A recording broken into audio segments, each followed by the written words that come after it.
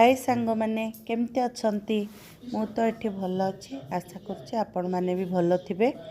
तो एबे कौन कौन बनैबी बोली कि भाविली सब बेले से उपमा हो इडली हो जहाँ बेले गोटे ब्रेकफास्ट बनाऊे से दिन तो आण थिला आमर अष्टमी थिला प्रथमाष्टमी तो आण टिके रही तो मु भाविली आज पियाज दोसा बनईदेवी।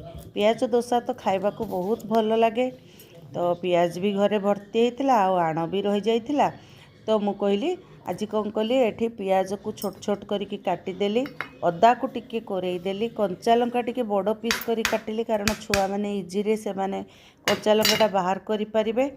हाँ तापर एठी से आणटा थिला ता देहरे मु टिके लुण पकेदेली, पियाज पकेदेली, जहाँ सब काटिकी एठी पकाउची सेटा सब पियाज अदा भुसुंगा पत्र कंचा लंका हाँ सब पकईकी ताकू कौन कली अल्प टिके पानी पकईकी भल कि मिसेदेली, तावारे टिके तेल लगेदेली आउ तापर एटाकू ता उपरे पूरा भल कि चकुली भेलिया पूरा करदेली।